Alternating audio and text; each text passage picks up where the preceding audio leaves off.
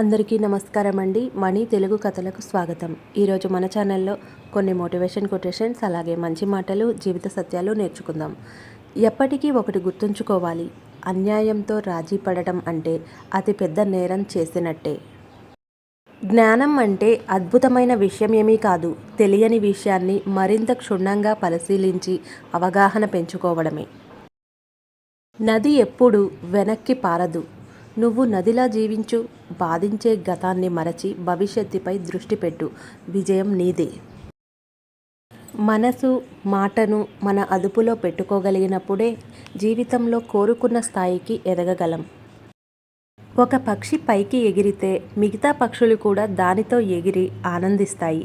కానీ మనుషులు ఏంటో మరి, ఒకరు ఎదుగుతుంటే వాడిని తొక్కి మిగతా వాళ్ళు ఆనందిస్తారు. ఈ ప్రపంచంలో కష్టమైనవి అంటే రెండు. ఒకటి మంచివాడు అనిపించుకోవడం, రెండోది ఆ పేరును నిలబెట్టుకోవడం. ప్రతి ఒక్కరి నుంచి ఏదో ఒక విషయం నేర్చుకోండి, కానీ ఎవ్వరిని అనుసరించకండి. జీవితం ఆశతో కాదు, కసితో, కోపంతో బతకాలి. ఇక్కడ బతకాలంటే భయపడినా, బాధపడినా మన జీవితం మనల్ని ఈ ప్రపంచం నుంచి దూరంగా విసిరిపారేస్తుంది. నిన్ను ఎప్పటికీ వేరే వాళ్ళతో పోల్చుకోవద్దు, ఎందుకంటే సూర్యచంద్రులకి పోలికే ఉండదు. సమయం వచ్చినప్పుడు అవి మెరుస్తాయి, నువ్వు కూడా అంతే, గుర్తుంచుకో. నిద్రలో వచ్చే కళ నిజమైనది కాదు, నిజమైన కళ దాన్ని సాకారం చేసే వరకు మిమ్మల్ని నిద్రపోనివ్వదు. పిరికితనం అడుగుతుంది, ఆ పని చేయడంలో ప్రమాదం లేదు కదా అని. దురాశ అడుగుతుంది, ఆ పని చేయడం వల్ల ఏం లాభం అని. అహంకారం అడుగుతుంది, ఆ పని చేస్తే పేరొస్తుందా అని. కానీ అంతరాత్మ మాత్రం అడుగుతుంది, ఆ పని చేయడం సక్రమమేనా అని.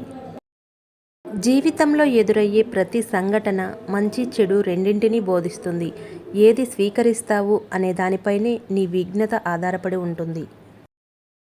గొప్ప గొప్ప వ్యక్తుల పెదవులపై ఎల్లప్పుడూ రెండు ఉంటాయి. అవి నిశ్శబ్దం మరియు చిరునవ్వు. నిశ్శబ్దం సమస్యల నుండి తప్పించుకోవడానికి, చిరునవ్వు సమస్యలను పరిష్కరించడానికి. గెలుపు అనేది నీడ లాంటిది, దాన్ని పట్టుకోవాలని చూడకు. నీ దారిలో నువ్వు సాగిపో, దానంతట అదే నీ వెంట వస్తుంది. కానీ నీ అడుగులు వెలుగువైపు పడితేనే నీడ వస్తుందని గమనించాలి.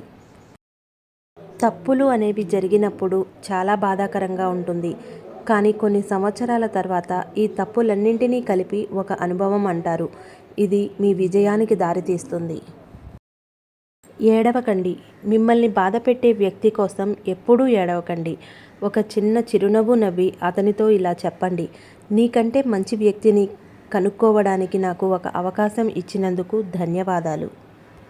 నీకేమీ తెలియదని అనుకోకు, నీకు అన్నీ తెలుసు అని అనుకోకు, కానీ నీకు అవసరమైనంత తెలుసు అని అనుకో. నీవు ఏమైనా సాధించగలవని నమ్ము.